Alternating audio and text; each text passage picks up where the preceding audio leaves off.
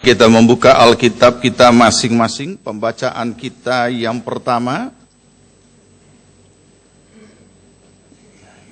kita akan baca di dalam Galatia pasal 5 ayat 22 dan ayat 23. Galatia pasal 5 ayat 22 dan 23, jikalau saudara sudah temukan, kita akan baca bersama-sama. Galatia pasal 5. Kita akan sambut firman Tuhan dan kita akan baca bersama demikian.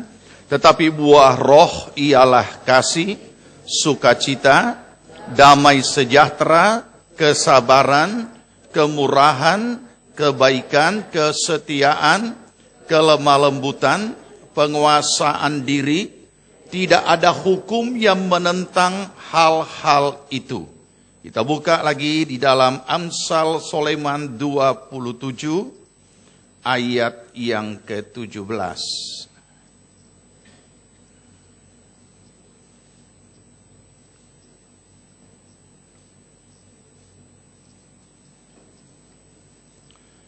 Amsal 27 ayat 17 kita akan baca bersama-sama.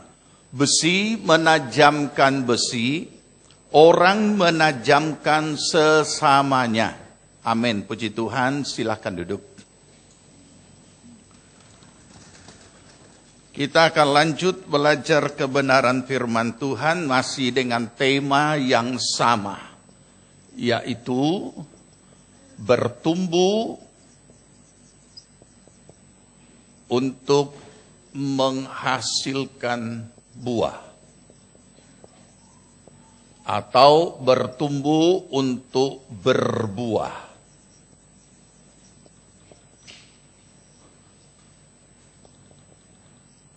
Kita akan belajar dari ayat-ayat yang sudah kita baca. Topik tentang buah-buah Roh Kudus. Kita sudah masuki bahagian yang ketiga. Bahagian yang pertama adalah buah-buah pertobatan. Karena memang harus dimulai dari situ, bahwa setelah seseorang menjadi percaya dan terima Yesus, maka ia menjadi lahir baru atau ciptaan yang baru. Dimulai dari buah pertobatan. Yang lama ini sudah lenyap dan yang baru sudah terbit, dan pada saat dia lahir baru, ia kemudian siap untuk menjalani hidup barunya. Itu bagian yang pertama. Bagian yang kedua, minggu lalu kita belajar tentang buah-buah iman. Karena Tuhan menetapkan bahwa orang yang lahir baru, di dalam menjalani hidup barunya, ia harus hidup oleh iman.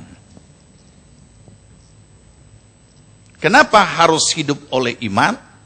Karena secara manusia lahiriah, hari-hari ini yang sudah terformat secara alamiah, hanya hidup oleh jiwani. Perasaan sendiri, kehendak sendiri, dan pikiran sendiri. Nah, hidup oleh iman adalah melakukan firman Tuhan dalam kehidupan sehari-hari. Jadi tidak hanya ditandai dengan tanda-tanda lahiriah, aktivitas-aktivitas ibadah dan aktivitas pelayanan, tidak. Tetapi mempraktekkan firman Tuhan sehingga iman itu disertai dengan perbuatan. Ketika kita melakukan firman, kita bertumbuh. Sesudah melakukan firman, itulah buah. Ya, jadi ini yang sudah kita pelajari pada 2 minggu atau 2 bahagian yang sudah lalu. Nah, saudara, hari ini kita belajar buah-buah Roh Kudus. Sebelum kita belajar tentang buah-buah Roh Kudus yang sudah kita baca, ada 2 prinsip dasar yang perlu kita ketahui dan jangan dilupakan, karena apapun tentang pertumbuhan dan berbuah bertolak dari situ. Yang pertama adalah prinsip pertumbuhan. Saya akan sebutkan poinnya supaya saudara ingat. Dan saya tidak akan jelaskan panjang lebar di situ. Pertama, pertumbuhan adalah mutlak. Karena setiap benih yang ditanam, tujuannya adalah supaya bertumbuh. Dan tujuannya juga bukan cuma bertumbuh, tetapi berbuah. Jadi, bertumbuh untuk berbuah juga mutlak. Yang berikut adalah bahwa pertumbuhan itu ada jangka waktu untuk berbuah. Makanya kita mengenal dalam Alkitab yang sudah kita baca, pohon ara yang tidak berbuah oleh pemilik kebun itu potong saja, tebang. Kemudian tukang kebun berkata, kalau boleh beri lagi 1 tahun waktu. Saya bersihkan, saya beri pupuk.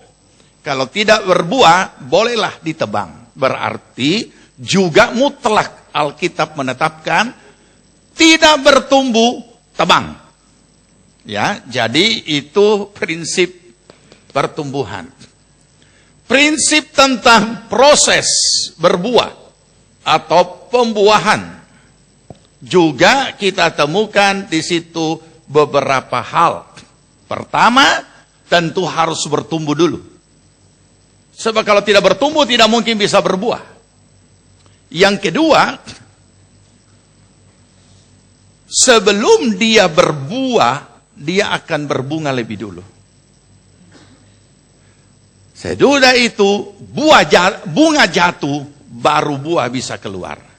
Jadi inilah prinsip itu. Sehingga pada saat kita belajar lebih detail, lebih mendalam, kita tahu itu semua akan terkait dengan prinsip-prinsip dasar ini yang Tuhan sudah tetapkan. Nah, saudara yang dikasihi Tuhan,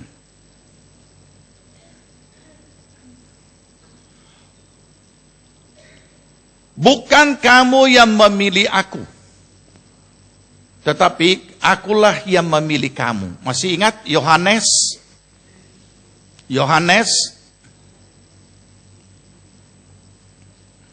berapa? Berapa? 15 ayat 16. Kita bertolak dari situ. Cuma kita tidak baca lagi karena kita akan masuk pada bagian ini. Jadi kita dapat memahami dan aku menetapkan supaya kamu pergi untuk menghasilkan buah dan buahmu itu tetap. Nah, saudara, kalau kita mempelajari lebih lanjut tentang ketetapan Allah bahwa mutlak setiap orang percaya harus mengeluarkan dan memiliki buah-buah Roh Kudus, tentu kita tahu bahwa orang itu harus bertumbuh dulu. Dan kita tahu karena kita berbicara di sini bukan buah pertobatan, bukan buah iman, tetapi buah Roh Kudus adalah karya Roh Kudus bekerja dalam diri orang itu sampai dia mengeluarkan buah daripada karya Roh Kudus dalam dirinya. Nah, ini yang perlu dipahami. Sehingga dengan demikian sebagai orang percaya, dia bukan hanya pelaku firman sebagai buah-buah iman, akan tetapi dengan nyata dan real di dalam dirinya secara pribadi, Roh Kudus berkarya dan menghasilkan buah. Dan di sini kita dapat memahami, memahami bagaimana kekuatan Roh Kudus sebagai penolong, menolong seorang manusia lahiriah, karena kita ini hidup secara jasmani, secara lahiriah, untuk boleh hidup oleh Roh.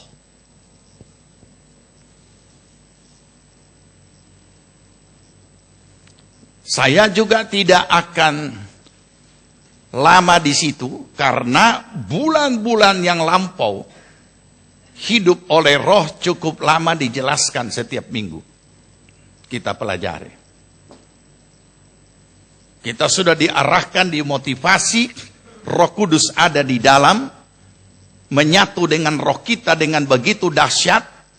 Tetapi mengapa membuat kita menjadi orang-orang yang tak berdaya? Nah, inilah kita perlu memahami bahwa itu juga mutlak dan tentu saja diawali dengan baptisan Roh Kudus. Nah, sayangnya mengapa begitu, bukan tidak ada, tapi begitu sulit menemukan pribadi-pribadi orang percaya yang dapat menghasilkan buah-buah Roh Kudus. Mengapa begitu sulit menemukan? Bahkan orang pun pribadi itu sendiri pun sudah dibaptis Roh Kudus, berbahasa roh, tetapi juga masih sulit kita temukan buah-buah Roh Kudus dalam hidupnya sehari-hari. Ada beberapa faktor penyebab. Pertama, sudah dijelaskan bahwa iman tidak hanya sekedar doa yang dikabulkan, tetapi bukti real dalam kehidupan sehari-hari bahwa kita melakukan firman sebagai buah iman.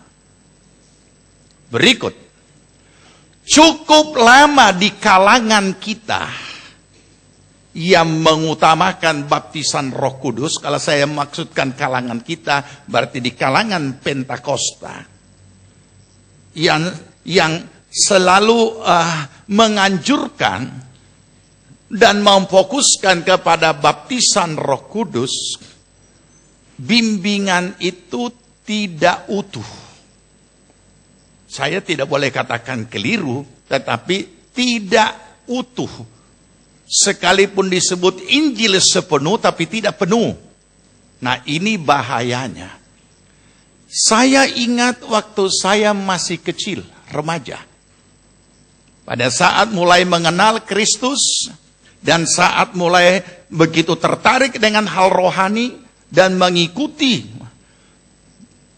dulu namanya pendalaman Alkitab, pemahaman Alkitab, Bible Study, maka yang saya pahami tentang baptisan Roh Kudus adalah umumnya difokuskan kepada kedatangan Tuhan Yesus menjemput gerejanya atau keangkatan gereja.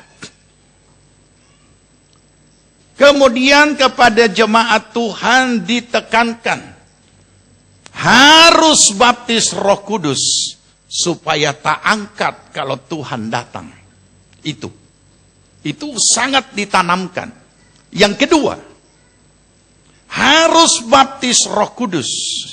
Sebab kalau tidak baptis Roh Kudus, nanti antikris berkuasa di dunia, kamu ketinggalan, tidak terangkat, dan kamu akan disiksa oleh antikris dengan siksaan yang sangat mengerikan. Jadi saudara, orang pun berbondong-bondong untuk cari baptisan Roh Kudus, artinya untuk mendapatkan lawatan baptisan Roh Kudus, karena dasarnya takut. Takut nanti Tuhan Yesus datang tidak terangkat. Takut nanti kalau antikris berkuasa di dunia ini, mereka menjadi bahagian daripada yang akan dianiaya oleh antikris. Saudara, setelah saya pelajari, saya cermati kemudian tentang kebenaran firman Tuhan, bukan hanya sampai di situ. Dan bukan itu yang utama. Dan ini sangat berbahaya, sehingga menciptakan umat Tuhan, khususnya di kalangan kita, Kristen-Kristen penakut. Ini. Kita tidak cari mati konyol. Tapi kalau Tuhan mengizinkan orang mati syahid, jadi martir, itu yang termulia. Tapi kemudian kalangan kita takut sekali. Oh, kalau kita nanti jadi ini anti, aduh, jangan sampai. Makanya perlu cari baptisan, makanya perlu baptisan. Jadi orang-orang digiring dengan ketakutan untuk mendapatkan baptisan Roh Kudus supaya tak angkat. Supaya tidak dianiaya. Kemudian, selain jadi umat penakut, umat yang rela menerima apa adanya sekalipun haknya diinjak-injak. Makanya muncullah kelompok masyarakat seperti ini. Kelihatannya rohani. Nah, saudara, ini bahaya. Padahal sesungguhnya kita tahu bahwa Roh Kudus itu adalah penolong. Roh penolong. Saya tidak usah ulangi lagi baca. Ingatkan saja. Baik di Yohanes 14, baik di Yohanes 16, saudara akan temukan secara utuhnya penjelasan-penjelasan tentang Roh Kudus. Roh penolong, roh penghibur, roh kebenaran yang akan memimpin kita ke dalam kebenaran, yang mengajar kita segala sesuatu, yang mengingatkan kita kepada firman yang pernah kita dengar, yang menuntun kita kepada segala kebenaran, lengkap. Dan Roh Kudus yang seperti ini, yang luar biasa ini, kemudian diberikan kepada pribadi orang percaya yang merindukan mengalami pengalaman real, dapat dirasakan, dinikmati bagaimana orang itu dibaptis Roh Kudus dan berkata-kata dalam bahasa roh. Untuk apa ini? Apakah hanya untuk hari kiamat? Kalau memang tujuannya semata-mata untuk hari kiamat, tidak ada orang Kristen mati sampai hari kiamat. Kenapa? Karena tujuannya dibaptis Roh Kudus untuk hari kiamat kan? Maka tentu tidak ada orang Kristen yang mati. Tetapi pandit gembala saya so mati. So pulang ke rumah Bapak. Nah, jadi perlu kita pahami. Bagi mereka yang masih hidup sampai kepada kedatangan Tuhan, itu urusan menjelang yang kita bicara ini sekarang ini adalah orang yang sudah lahir baru, bagaimana supaya dapat menjalani hidup barunya dalam manusia lahiriah, bagaimana bisa hidup oleh roh dengan manusia lahiriah yang unsur jiwani yang mengendalikan, itu ditolong oleh Roh Kudus supaya bisa terlaksana. Ini. Jadi semua ini bicara tentang kehidupan di dunia ini. Karena urusan akhirat sesudah kematian, so beres di atas kayu salib. Nah, saudara yang dikasihi Tuhan.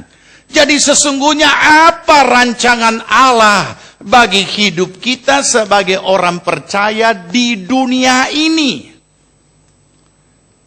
Pasti kita bisa jawab. Maka kita akan teringat apa yang dikatakan oleh firman Tuhan. Tuhan berfirman, aku mengetahui rancangan-rancangan apa yang ada padaku mengenai kamu. Yaitu rancangan damai sejahtera, bukan kecelakaan. Dan hari depan yang penuh harapan. Yeremia 29 ayat 11. Itu untuk masa depan di dunia. Yang berikut, kita pasti akan jawab lagi. Oh, rancangan Allah. Di dalam Ulangan 28, kamu akan terus naik dan bukan turun. Bukan ekor, tetapi kepala. Nah, kemudian kita ingat lagi Yohanes 10 ayat 10. Aku datang supaya domba itu hidup dengan berkelimpahan. Saudara, ketika rancangan ini adalah untuk kehidupan lahiriah, kehidupan materi.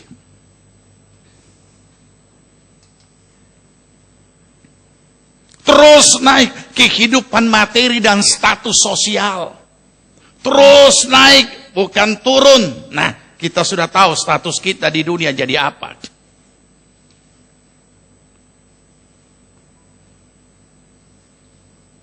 Mari kita renungkan. Terus apakah kehidupan kita sebagai orang percaya ini hanya urusan kebutuhan material? Hanya urusan untuk suatu status sosial dalam masyarakat? Tidak. Karena kehidupan kita sebagai orang percaya sangat terancam oleh iblis. Iblis terus-menerus mengincar kita untuk menghancurkan kita. Oleh karena dia tidak punya hak menyentuh kita, maka dia menyentuh hal-hal lain.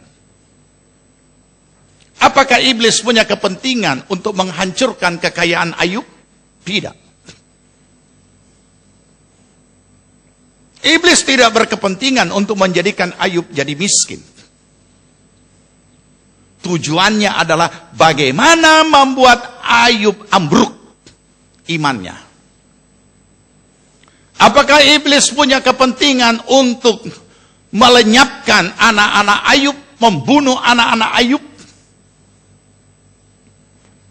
Iblis tidak punya urusan dengan anak-anak Ayub. Dia lakukan itu supaya iman Ayub ambruk. Hanya sayangnya, umumnya orang begitu hal-hal yang terkait dengan dia diporak-porandakan oleh iblis, dia ikut hancur habis, gugur. Nah, itu yang perlu kita pahami.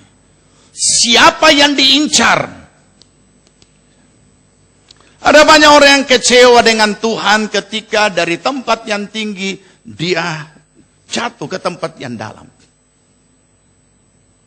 Ada orang yang kemudian tinggalkan Tuhan karena dari tempat yang terhormat dia berada di tempat yang hina.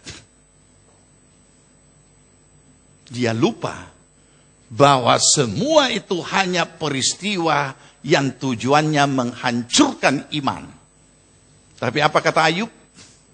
Ayub berkata, Tuhan yang memberi, Tuhan yang mengambil, segala puji bagi Tuhan. Tidak mempan.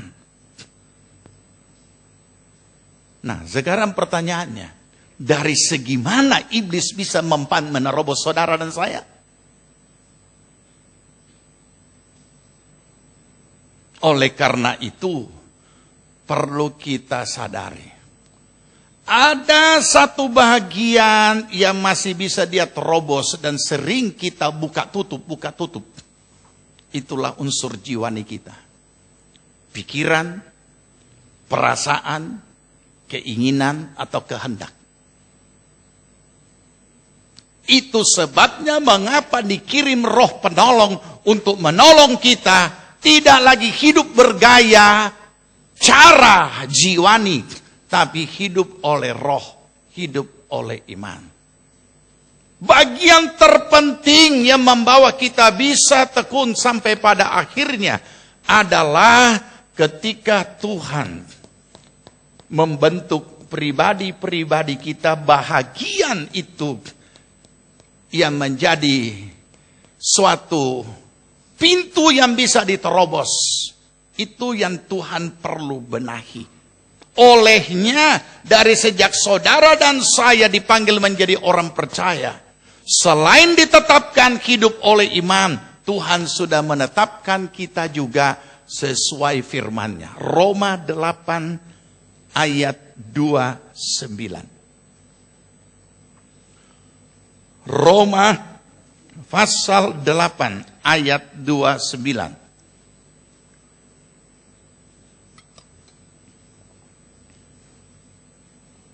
Saudara sudah temukan? Mari kita baca. 2, 3. Sebab semua orang yang dipilihnya dari semula, mereka juga ditentukannya dari semula untuk menjadi serupa dengan gambaran anaknya, supaya ia, anaknya itu yaitu Yesus, menjadi yang sulung di antara banyak saudara. Saudara, inilah ketetapan Tuhan. Ini ketetapan Tuhan.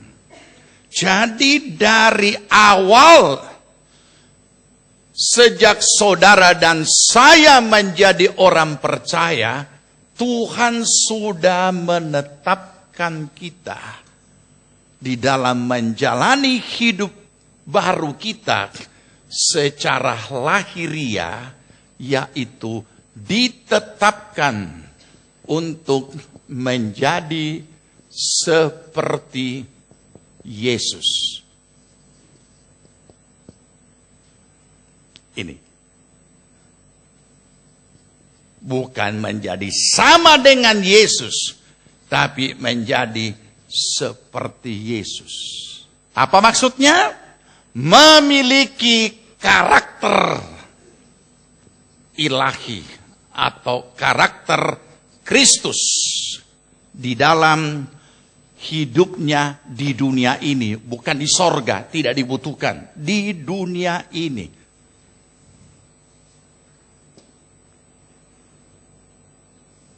Ini.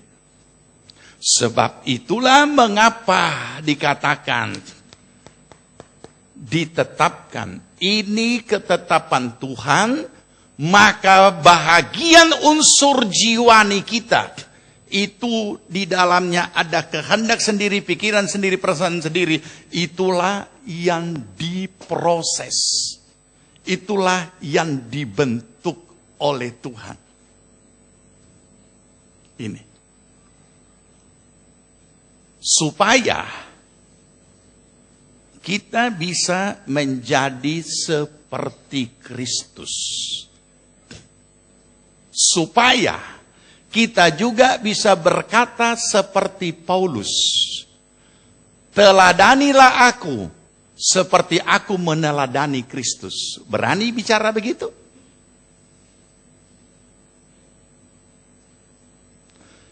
Apakah kita akan berkata manusia mana yang bisa mencapai itu? Paulus berkata, teladanilah aku seperti aku meneladani Kristus. Bukankah itu pencapaian? Tetapi kalau kita tetap ngotot dengan kita punya mau cara sendiri secara unsur jiwani, maka kita tidak akan pernah dapat mencapainya menjadi seperti Yesus. Ada banyak orang pencinta baca Alkitab tertarik dengan beberapa tokoh-tokoh Alkitab. Karena mereka anggap, ya syukurlah kalau bisa meneladani salah satu tokoh Alkitab yang ada di dalam Alkitab. Sebab tidak mungkin dapat meneladani Yesus. Itu kata mereka. Tetapi ketetapan Alkitab menjadi seperti Kristus. Jadi ada yang tertarik dengan tokoh Musa. Karena dikatakan di dalam Alkitab bahwa Musa itu adalah seorang yang paling lembut hatinya di seluruh muka bumi. Tapi jangan lupa, kalau saudara mau seperti Musa, Musa tidak masuk negeri perjanjian.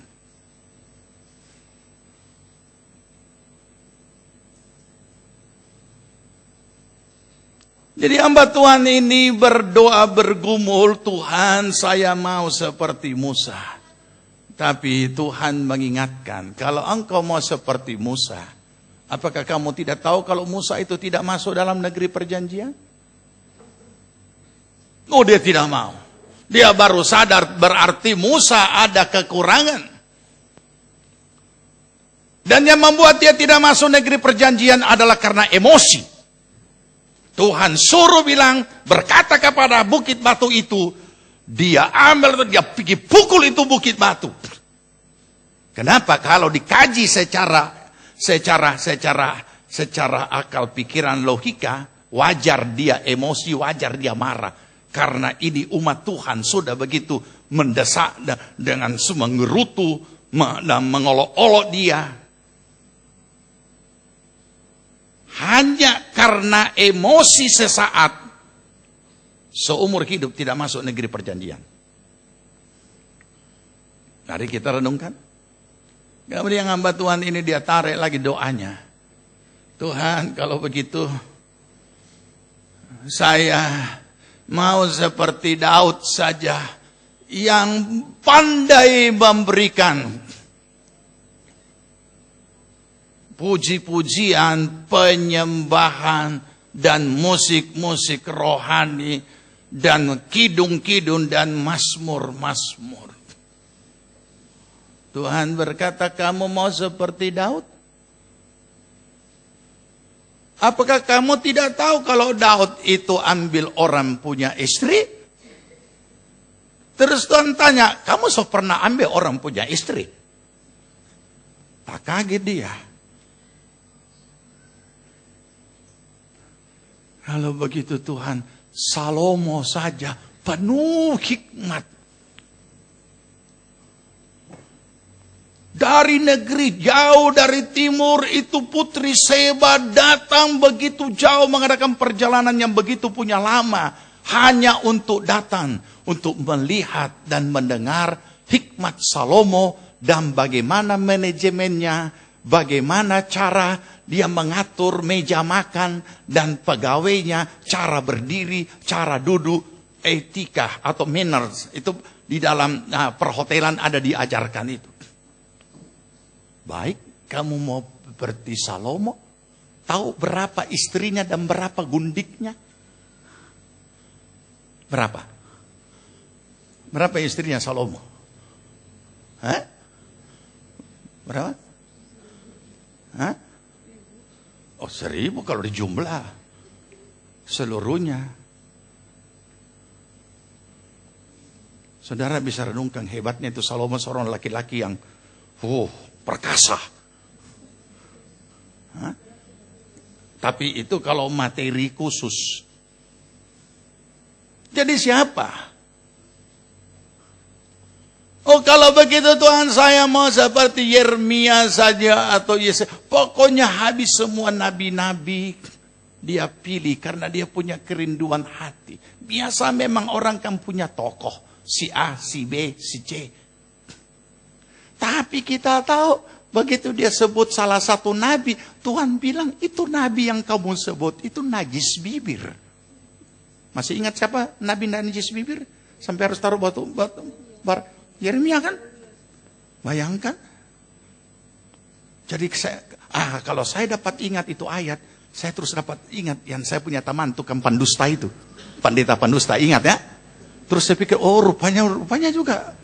Ini rupa najis bibir itu bukan cuma suka bicara kotor, bukan. Bah tipu, bah bohong, bah cerita yang tidak betul, dan lain. Najis bibir. Terus kita mau ikut yang mana? Habis semua. Kalau begitu saya mau rupa Yunus saja. 1 kali berkhotbah, 1 kota bertobat.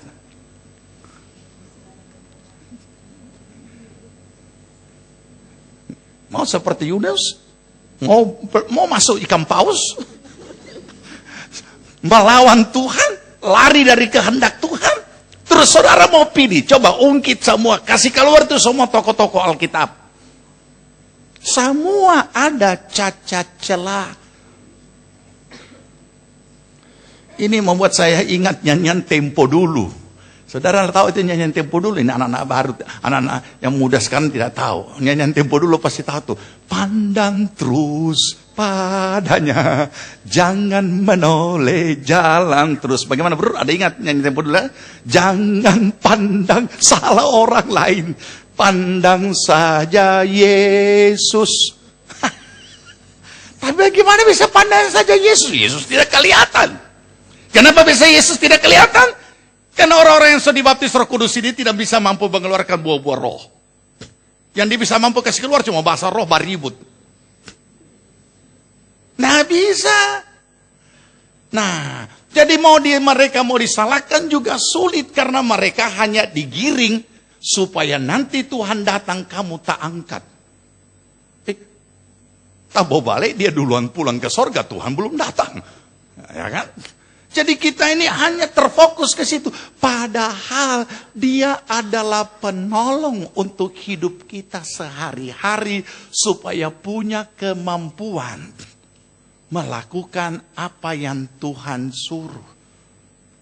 Karena dari buah iman akan menghasilkan buah-buah Roh Kudus. Itu dulu. Nah, itu sebabnya mengapa kita dibentuk oleh Tuhan. Apanya yang dibentuk? Yang ada di dalam unsur jiwani ini. Oke, sekarang saya mau ingatkan dulu ilmu pengetahuan yang pernah semua kita terima di sekolah. Dikatakan bahwa setiap manusia ada punya sifat-sifat dasar yang biasa disebut temperamen. Ada melankolik, ada sanguin, ada kolerik, ada flegmatik. Ya, ada 4 sifat dasar ini. Ya, masing-masing punya kekurangan dan kelebihan. Jadi kita lihat ini bahwa masing-masing sifat dasar ini beda-beda. Dan sifat dasar ini yang dimiliki oleh setiap orang juga disebabkan beberapa faktor. Pertama adalah genetik. Makanya pepatah dulu berkata, buah jatuh tidak jauh dari pohon.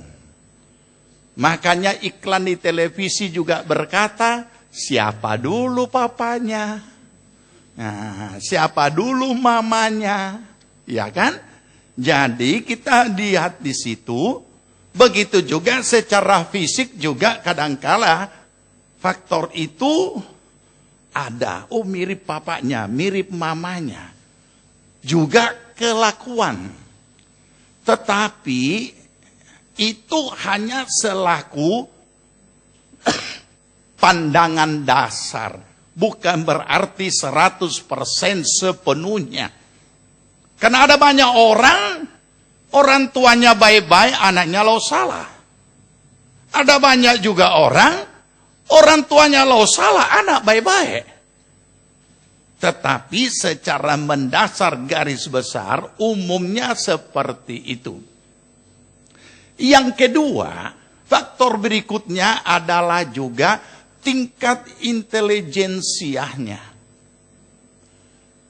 Makanya seringkali kalau kita ketemu orang itu entah dia arogan atau apa dan itu sudah jadi sifatnya, ya maklum dah tidak sekolah dia.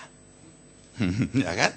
Nah, jadi ada beberapa faktor yang ada di dalamnya orang punya ini. Kemudian faktor lingkungan. Itu juga bisa menjadi sifat dasar yang terbentuk karena lingkungan. Masuk di dalam unsur jiwaninya. Oleh karena itu, kalau orang tua di rumah tukang maki kotor, dia punya anak dengan sendirinya, sota biasa juga bicara kotor dan maki orang. Kalau di rumah tak biasa dengan kau, jangan kaget karena saya juga pernah kaget ketika anak itu berbicara dengan papanya dan mamanya, dia kau sama mamanya dan papanya. Padahal kita bukan di negara bule yang cuma juga pakai you. Ya kan? Ya. Memang ada beberapa negara di dunia yang akan kita kaget karena tidak pernah memanggil dia, walaupun di dalam bahasa Inggris itu ada tatanan bahasa, karena kita tahu di Inggris itu adalah sistem kerajaan yang ada dia punya etika berbahasa yang begitu tinggi. Tapi jangan saudara kaget kalau di Australia saudara tidak akan pernah dipanggil uncle, dipanggil auntie, tidak pernah ada panggil om dan tante. Langsung nama. Nah, jadi saudara, kita lihat ya. Yang keempat, faktor adalah pengalaman. Pengalaman. Itu juga akan membawa orang punya sifat dasar yang melekat. Kata sifat dasar itu semua melekat jadi satu dengan dirinya. Saya kasih contoh. Baru-baru ini pada suatu malam saya sebenarnya sudah mau istirahat, tapi tiba-tiba saya buka itu TV siaran rohani. Seorang pembicara yang diwawancarai sekaligus menyaksikan pengalaman hidupnya di masa lalu ketika dia masih kecil. Pembicara ini terkenal karena pembicara ini seorang ibu yang biasa berseminar secara internasional dan puluhan ribu orang biasa hadir di stadion. Cuma saya belum pernah membaca dan mungkin juga ada bukunya tapi saya belum pernah sempat baca untuk mengetahui sebenarnya masa kecil atau dulunya sebelum jadi hamba Tuhan ini dia siapa. Dan malam itu pada waktu saya dengar, saya terkejut. Apalagi melihat itu audiens begitu banyak, puluhan ribuan jemaat yang hadir itu. Ibu-ibu dan para kaum wanita itu pada menangis mendengar dia punya kesaksian. Dan tidak pernah ada yang menduga. Begitu tegar, begitu kokoh, begitu dan pengajarannya bagus. Dan membangkitkan kaum wanita. Bahkan juga di mana-mana berseminar. Apa yang dialami saudara? Orang tidak tahan mendengar. Saya pun mendengar itu sangat terkejut. Umur 8 tahun. Masih kecil. Papanya kasih lihat dia pornografi. Bisa saudara renungkan sebagai anak dan sebagai orang tua? Setelah umur mulai masuk 10 tahun lebih, mulai belas begitu, karena orang mulai kan 18 tahun baru boleh punya hak suara dan hak keluar rumah. Kalau belum 18 tahun tidak boleh. Semua dibawa orang tua punya kewenangan, otoritas. Dalam umur sekitar 10-11, papanya cerita sama dia mau pergi ke teman ibunya perempuan dan berhubungan seks di sana. Sesudah selesai berhubungan seks, dia pulang, dia cerita mendetail kepada ini anaknya. Saudara bisa bayangkan bejatnya ini seorang bapak dan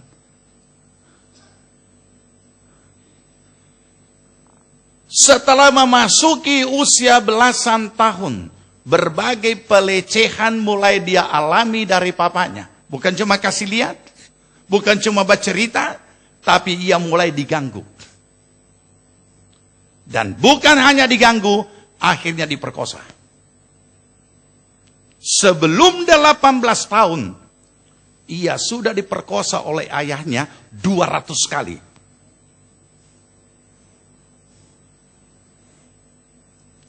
Sadis tidak dan ngeri, saudara. Jadi kita mau cari itu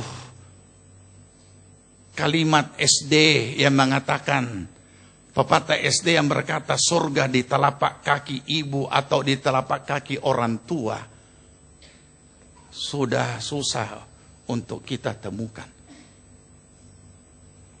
Ini merupakan tekanan yang luar biasa, apalagi orangnya sangat tidak mau diketahui apa yang diketahui kalau kehidupannya tidak benar.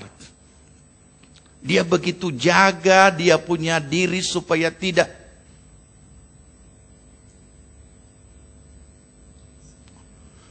berbuat kesalahan, tidak melakukan apa-apa. Sekarang dia harus mengalami perlakuan dan dia harus pendam. Begitu berat, saudara, seorang remaja. Dia mengatakan, saya tidak pernah menikmati apa yang namanya punya papa. Jadi kalau dia boleh berdiri, itu keajaiban dari Tuhan yang luar biasa.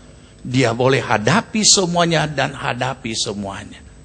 Saudara, mari kita renungkan. Mampukah kita hadapi ini? Dengan kekuatan diri sendiri? Dari unsur jiwani kita? Dari pikiran sendiri, kehendak sendiri?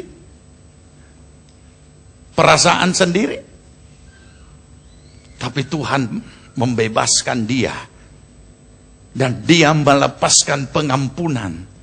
Dan dia, kemudian Tuhan panggil dia menjadi hamba Tuhan.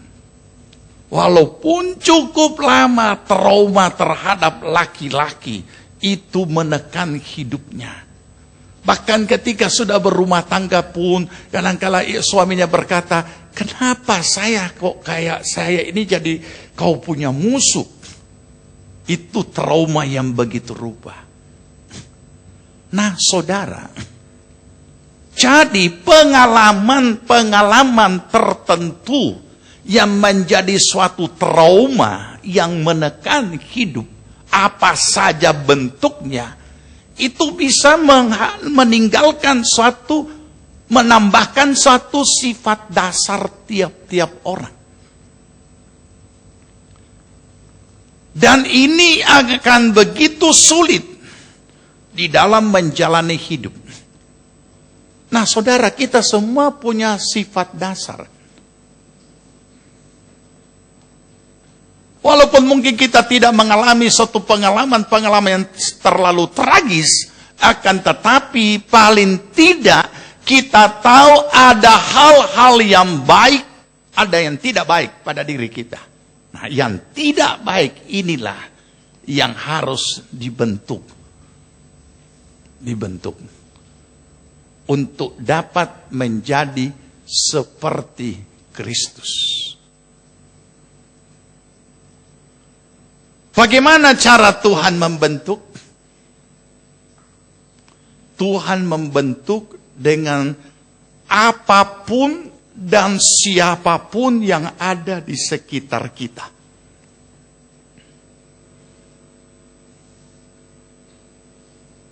Kalau itu orang, maka firman Allah berkata, besi menajamkan besi. orang manusia menajamkan sesamanya. Ada banyak hal yang perlu dibentuk dalam hidup kita. Dan ketika kita dibentuk oleh Tuhan, kita sedang berhadapan dengan kedaulatan Allah yang sudah ditetapkan. Tidak ada satu kekuatan apapun yang bisa merubah kedaulatan Allah.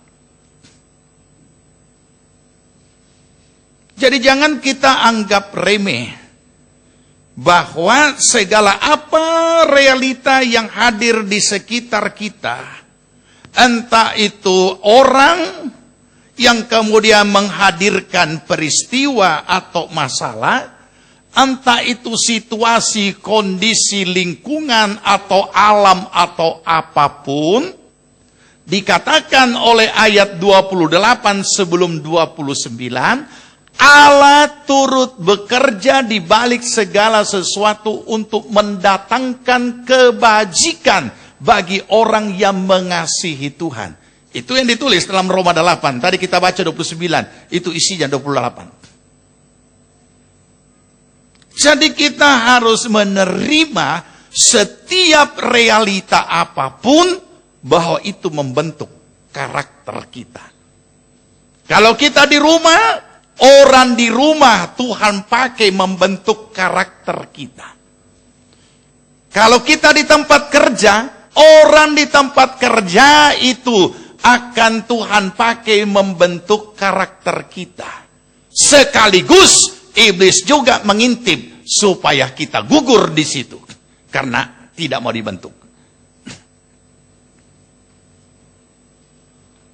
Kalau kita di tempat bisnis, pokoknya di mana saja, semua realita itu adalah untuk membentuk karakter kita. Sekarang kembali kepada diri kita masing-masing. Maukah kita dibentuk? Kalau kita tidak mau dibentuk, kita tidak akan pernah menghasilkan buah. Termasuk buah Roh Kudus. Walaupun saudara sudah berbahasa roh. Karena buah Roh Kudus, saudara tidak akan terima di kamar doa. Dan melalui doa. Tapi melalui kehidupan nyata. Saya menyampaikan seperti ini bukan anti doa. Tetapi supaya kita berbicara pada porsi dan tempatnya yang benar. Saudara boleh berdoa untuk minta kekuatan. Tetapi kehadiran realita tetap akan hadir memproses saudara. Tidak bisa dihindari dan tidak bisa dilenyapkan. Karena itu semua Tuhan pakai membentuk kita. Jadi jangan kecewa saudara. Tetapi kita harus memahami kebenaran ini. Nah, oleh karena itulah mengapa Tuhan mengingatkan kita di dalam Galatia pasal 5 tadi. Ada baiknya kita baca. Ya. Galatia pasal yang kelima.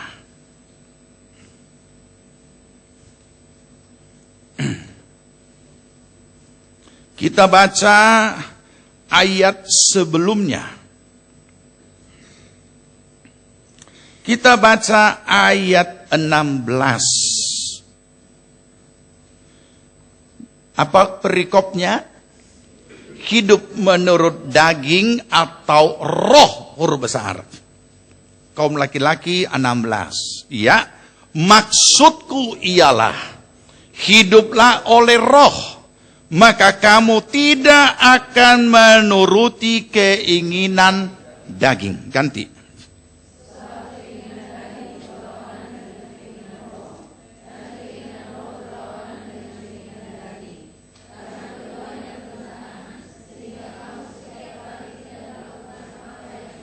Iya, jadi ini perbedaan. Nah, sambil kita baca, di sini kita bisa kembalikan pada diri kita. Kapan kita hidup dalam daging, keinginan daging, Maksudnya itu keinginan unsur-unsur jiwani. Dan kapan kita hidup oleh roh? Karena Roh Kudus sudah ada di dalam diri kita. Ya, oke. Sekarang kita lanjut, ganti. 2, 3. Ulang. Kaum laki-laki 2, 3. Oh, sedikit laki-laki ya. Ulang. Laki-laki. Banyak laki-laki, nyong-nyong, apa semua. Mana itu suara?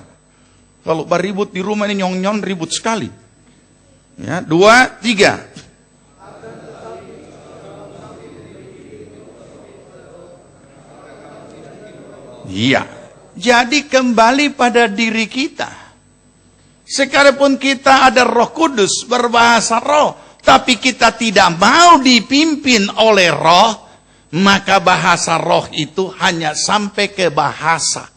Atau mungkin dia juga menyembah di dalam roh, tapi tidak nampak dalam hidup sehari-hari dia ada buah dari Roh Kudus itu. Kenapa? Karena dia tidak mau diproses. Tidak mau dibentuk. Ya, tidak mau dibentuk. Sekarang ayat 19. Ganti. 2, 3.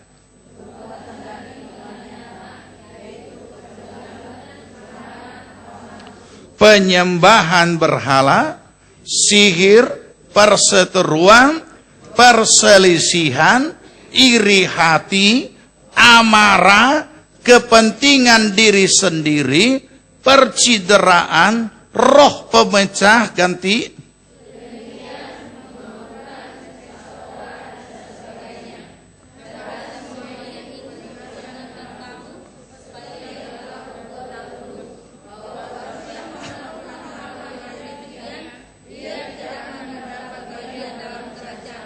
Jadi di mana?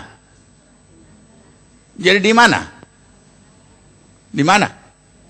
Tidak dapat bagian dalam kerajaan Allah. Jadi di mana? Nah, itu Alkitab bilang. Ya kan? Bukan kita yang menghakimi. Kenapa? Karena buah-buahnya ini.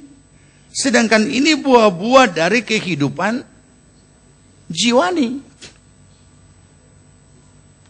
Oleh karena itu, kita menyerahkan diri dipimpin roh, dan firman Tuhan berkata lebih lanjut di dalam ayat 22.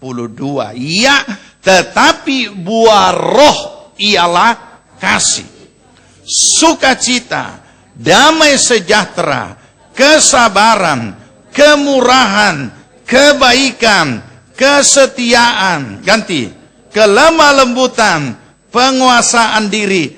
Tidak ada hukum yang menentang hal itu. Artinya tidak ada melanggar hukum, jadi tidak ada hukuman.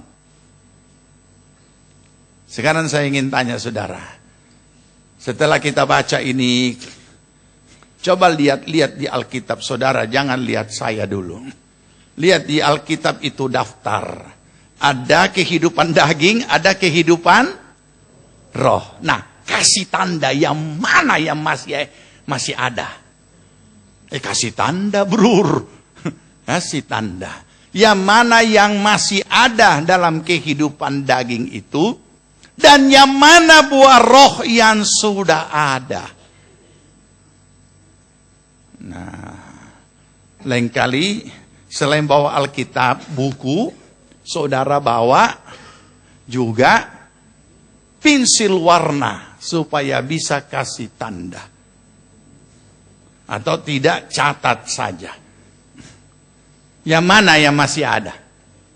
Jangan-jangan masih komplit. Komplit. Nah, kenapa bisa masih komplit?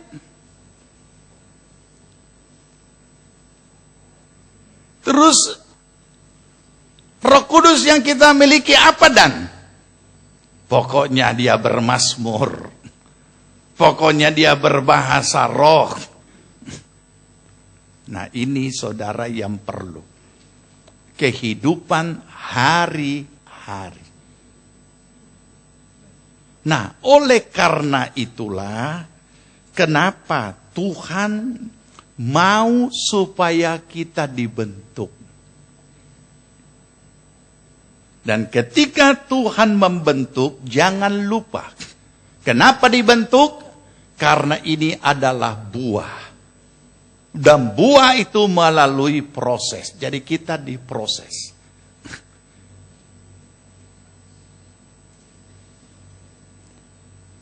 Dan ketika Tuhan memproses kita, Tuhan akan menghadirkan peristiwanya. Bukan lagi kata-kata, bukan. Pembentukan karakter. Ada yang disampaikan secara kata-kata, tapi kata-kata itu kemudian menjadi hidup, menjelma, menjadi peristiwa.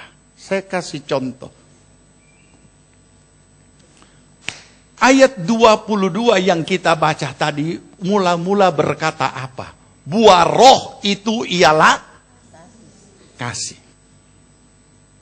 Semua manusia ada kasih. Secara dasar. Tapi kasih menurut pengetahuan umum. Yang kita kenal ada eros, ada storge, ada filia, ada agape. Eros hawa nafsu. Filia antara orang tua dengan anak. Filia adalah kasih persaudaraan. Storge adalah antara orang tua dengan anak. Semua kan punya. Makanya kenapa ada pepatah berkata, sekejam-kejamnya harimau, tidak ada harimau yang makan anak. Maksudnya, tidak ada orang tua yang mencelakakan anaknya. Tapi ternyata itu tidak berlaku. Karena banyak sekali orang tua yang mencelakakan anaknya. Nah, saudara, jadi pada dasarnya ini adalah hal-hal yang umum. Namun demikian, apakah itu filia, storge, ataupun juga agape, semuanya bukan hanya sekedar kalimat. Tapi adalah peristiwa-peristiwa real yang dikalimatkan. Terbalik ya, jangan kita terbalik. Jadi kalau kita bicara tentang kasih, bicara tentang cinta, maka itu bukan hanya sekedar kalimat-kalimat indah yang mengagumkan. Tidak. Kalau hanya kalimat-kalimat indah yang mengagumkan, ya itu tidak ada artinya. Makanya Alkitab berkata, marilah kita mengasihi bukan hanya dengan perkataan, tapi juga dengan perbuatan. Ada bentuk nyatanya. Dan tidak ada cinta yang tidak pernah dihadirkan dalam bentuk nyata. Apakah saudara yang masih muda ini, yang berkata-kata dengan bahasa cinta, ataupun orang yang sudah berkeluarga, yang pernah berkata-kata dengan bahasa cinta, hanya bahasa? Saya yakin tidak ada orang yang akan menikah dan berumah tangga, apalagi berkeluarga, punya anak cucu, ketika cinta itu hanya dibahasakan tanpa bentuk. Tidak ada. Kalau itu hanya dibahasakan dengan bahasa yang indah, yang sangat filosofi, tapi tidak bisa dibuktikan, maka itu tidak benar. Biar kita orang makan garam dengan kecap. Yang penting kita orang jadi tetap sama-sama kan? Ya. Tapi apakah manusia bisa hidup berumah tangga tiap hari makan kecap dan garam? Tidak bisa.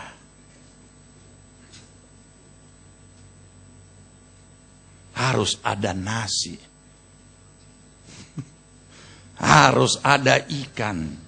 Harus ada daging. Kenyataan dari satu kebutuhan hidup sebagai tuntutan tanggung jawab. Nah bisa saudara. Jadi mari kita renungkan, tidak bisa. Tidak bisa hanya dengan kata-kata. Jadi kalau dikatakan buah roh ialah kasih, bukan storge, bukan filia, apalagi eros, tapi agape, itu yang kita belum punya. Makanya Tuhan kasih pengalaman agape itu di atas kayu salib, supaya pada saat kita menerima Kristus, kita juga menerima agapenya. Dan agape itu harus diwujudkan bentuknya. Entah itu filia, entah itu storge, semuanya ada nilai pengorbanan, apalagi agape.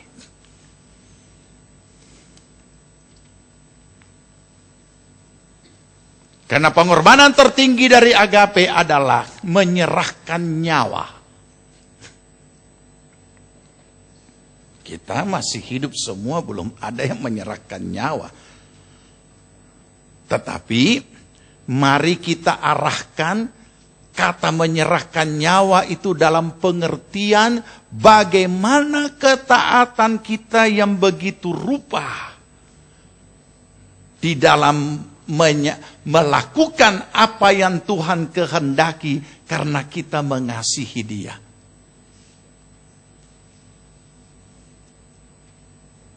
Pertanyaannya, bagaimanakah sebuah kasih itu atau seseorang itu diketahui punya kasih dan nilainya berapa?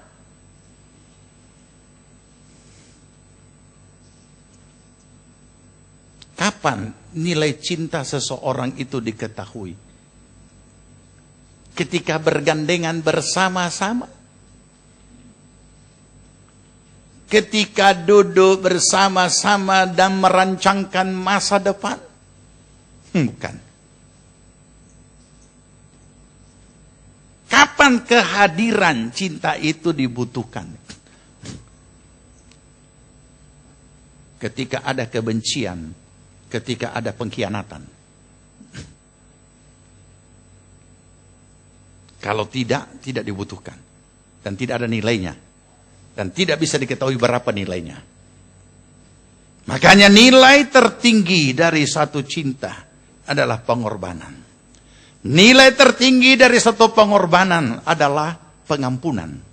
Nilai tertinggi dari satu pengampunan adalah pemulihan. Ini urut-urutan. Kapan kita bisa mengampuni seseorang? Hanya kalau kita mencintainya. Kalau tidak ada cerita. Sama. Yang kedua, saya tidak akan jelaskan satu-satu, saya kasih contoh saja. Yang kedua, buah roh ialah apa? Suka. Kapan kita butuh sukacita? Seperti sekarang? Enggak. Kalau ada duka cita. Jadi saudara, untuk menikmati sukacita itu sebagai karya buah dari Roh Kudus yang bekerja di dalam kehidupan kita, kita diproses dan dibawa masuk ke dalam pengalaman duka cita yang mendalam. Dan disitulah kita diproses, dibentuk. Apakah kita masih bisa bersuka cita? Cara manusia tidak mungkin dan tidak bisa. Tapi roh penghibur di situ berfungsi memberikan penghiburan, dan kata Paulus seperti ini. Kami mengalami duka cita yang begitu rupa Tetapi kami mengalami penghiburan daripada Tuhan. Supaya dengan penghiburan yang dari Tuhan itu, kami dapat menghibur yang lain. Bisa nangkap ini? Luar biasa. Jadi jangan kecewa. Ketika Tuhan membawa kita kepada pengalaman, menuntun kita untuk masuk dalam proses ini. Begitu sakit, kita disakiti. Entah apa bentuk peristiwanya, tapi pengalaman-pengalaman ini, tetapi justru di saat seperti itu, kita harus mengasihi. Itu tidak gampang. Kalau bukan karya Roh Kudus. Di saat kita sudah terpuruk, putus asa, sudah tawar hati, dan kita sudah terpuruk dalam duka cita yang begitu rupa. Tetapi, ada yang pujian rohani yang berkata, ada damai di tengah badai. Itu bukan kalimat indah, tapi itu kalimat yang diambil dari satu peristiwa. Saya sering menyaksikan nyanyian It is well, it is well, it is well in my soul. Jadi ada damai. Kalau di Indonesia kan di dalam nyanyian paduan suara, damailah, damailah, damailah, damailah jiwaku. Itu kalimat, bukan hanya kalimatnya yang seperti itu, tetapi juga sesuai dengan teori mengarang lagu. Memang dia harus seperti itu. Sekarang kan lagu-lagu aneh-aneh. So tidak pakai teori, pokoknya dia bagi kiri, bagi kanan, naik turun, kiri kanan, nyerempet sedikit. Makanya susah dinikmati. Padahal ada teori hukum untuk mengarang lagu. Kalau dia begini, dia pasti lari ke sini. Sesudah ke sini, dia harus lari ke sini. Karena kan susah mau dinikmati. Nah, kenapa sampai damailah, damailah, damailah jiwa, ini sesuai dengan kalimatnya. Saudara tahu, ini pengalaman pahit dan pengalaman penderitaan yang dialami oleh seorang hamba Tuhan. Yang harus bertugas di luar negaranya. Dan sesudah itu, keluarganya menyusul ke tempat dia melayani di ladang misi.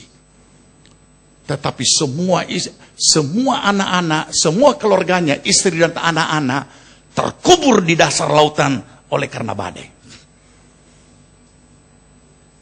Waktu dia pulang di atas samudera itu, Roh Kudus memberi ilham untuk mengarang pujian it is well in my soul.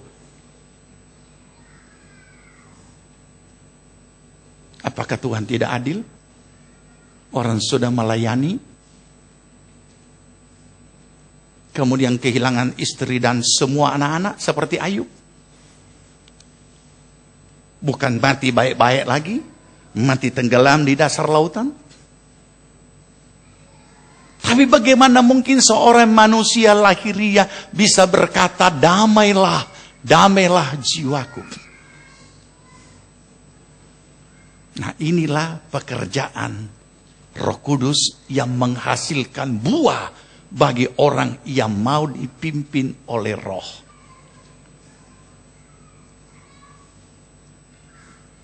Seorang hamba Tuhan yang sangat dikenal dan juga tercatat sebagai Rasul Asia yang memberitakan Injil di Tiongkok dari Inggris,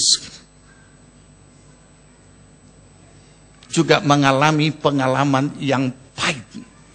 Karena di saat sementara begitu menggebu-gebu untuk melayani Tuhan, kekasihnya menyurat dan putus cinta.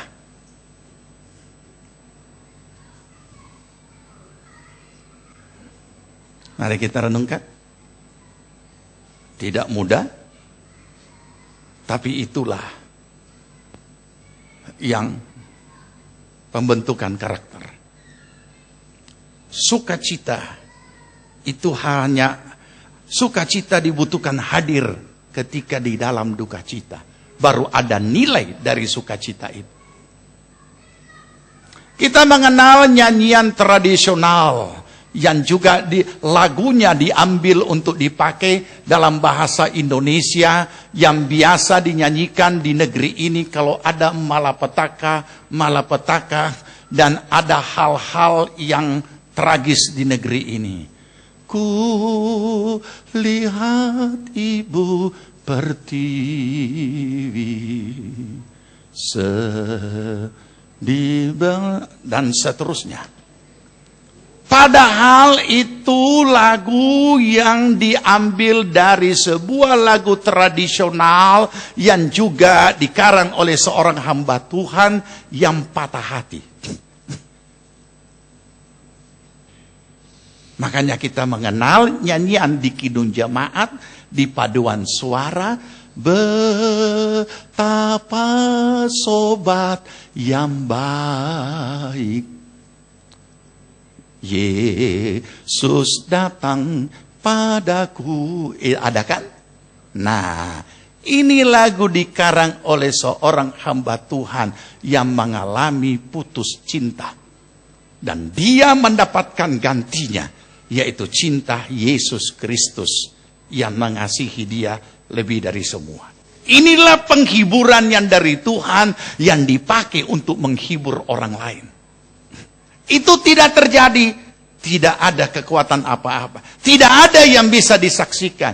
Tidak ada karya Roh Kudus yang bisa disampaikan kepada yang lain. Begitu juga buah-buah yang lain. Belum lagi kalau kita masuk kesabaran. Kesabaran saudara tidak temukan di dalam kamar doa. Kesabaran saudara akan temukan ketika Tuhan menghadirkan yang menjengkelkan. Dan saudara hadapi. Emosi atau sabar. Dan Tuhan tidak mau dirubah, tidak mau, masih tetap emosi. Tuhan menghadirkan yang lebih hebat lagi sampai jadi sabar. Pilih mana? Menurut pimpinan roh atau mau sabar? Jadi sama, kerendahan hati.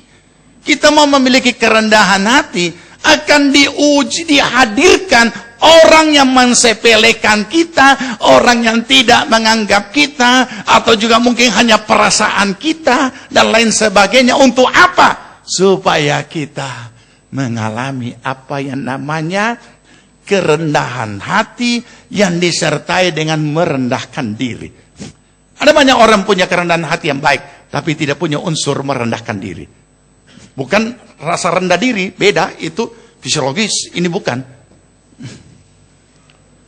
Karena kerendahan hati akan dipraktekkan dalam dunia nyata, dalam kehidupan real, melalui merendahkan diri. Sekarang yang terakhir.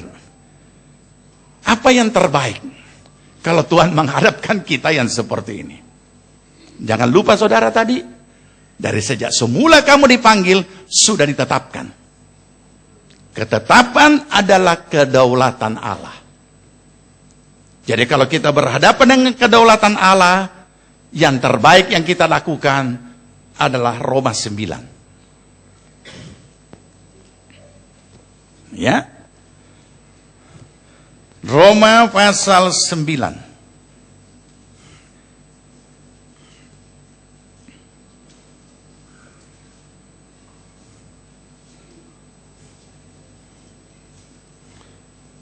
Roma pasal yang ke-9, kita akan baca ayat yang ke-20.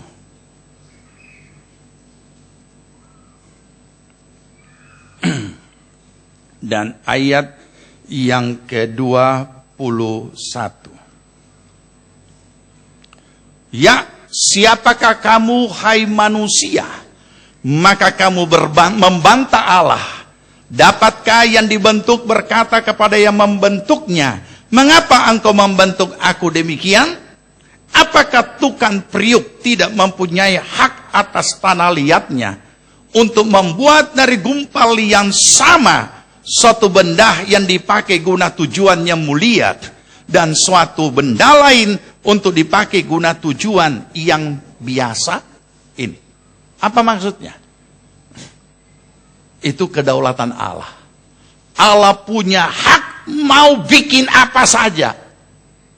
Dan yang terbaik adalah menyerah. Tuhan memberikan satu gambaran yang sangat jelas, tukang priuk atau penjunan dengan tanah liat.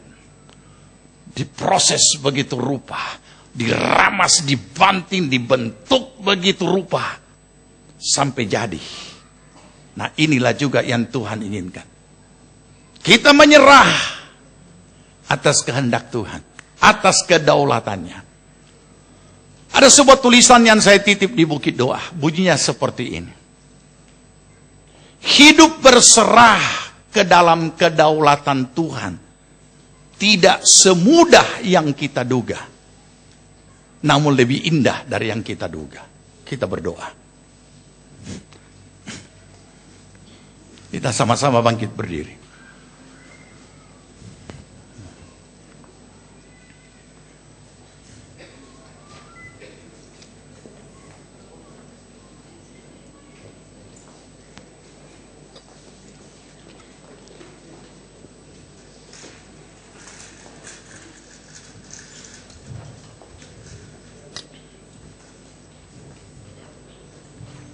Bagaikan bejana siap dibentuk, kita nyanyikan pujian ini.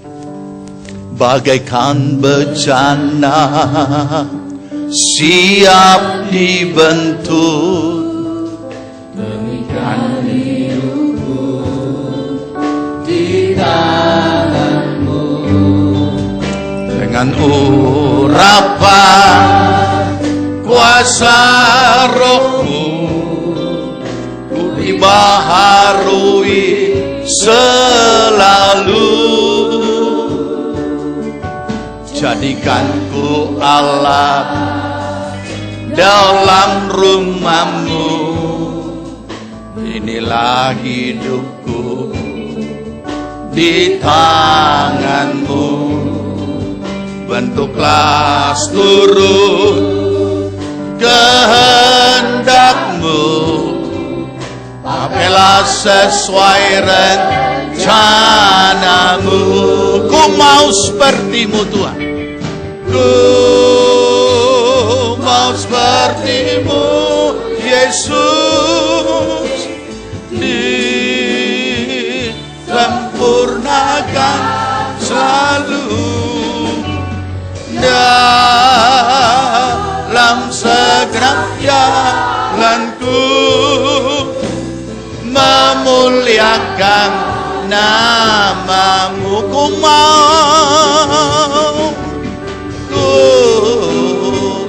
mau seperti-Mu Yesus. Amin. Amin.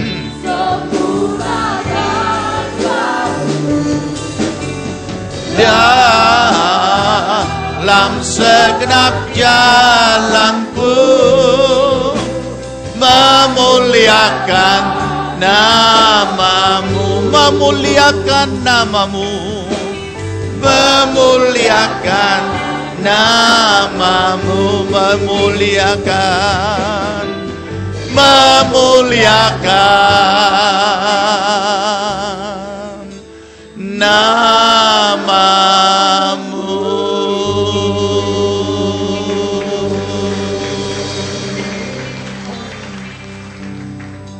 Betapa rindu hati kami dimanapun kami berada, di situ nama-Mu dipermuliakan Tuhan. Namun seringkali kami gagal untuk dibentuk. Kami selalu masih ingin mengikuti keinginan daging kami.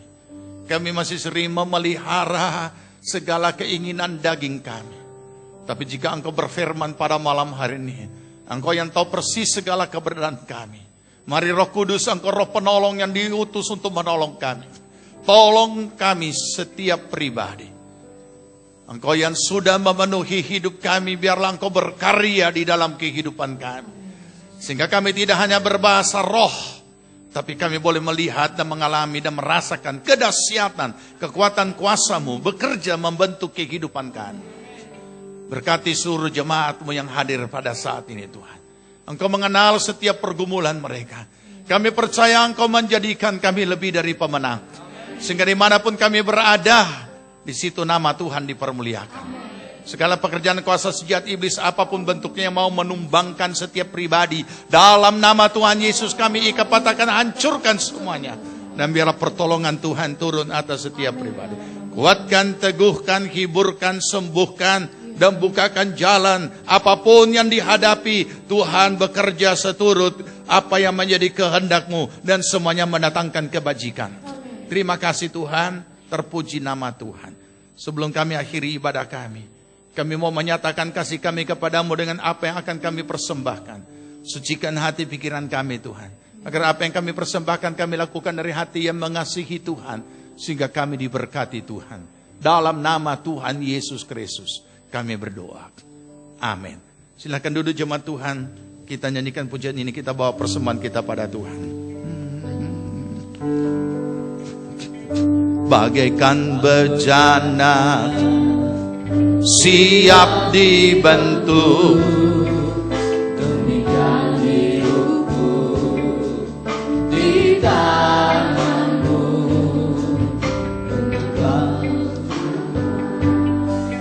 Kuasa Roh-Mu ku dibaharui selalu.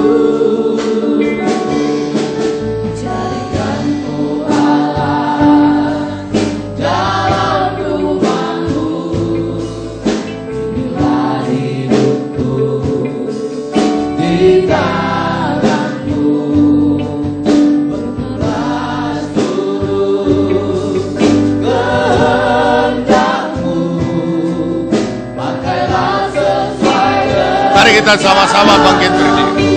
Haleluya. Mau seperti-Mu Yesus. Amin. Sempurnakan selalu dalam segenap jalanku, memuliakan nama, memuliakan nama-Mu, memuliakan nama-Mu, memuliakan nama-Mu.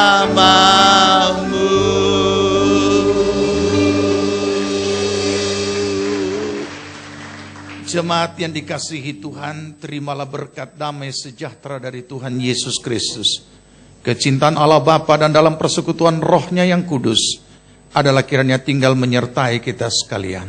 Dibuatnya kita hidup bijaksana, sehingga berhasillah segala apa yang kita kerjakan sampai berkelimpahan dari sekarang sampai Tuhan Yesus datang kembali. Amin. Puji nama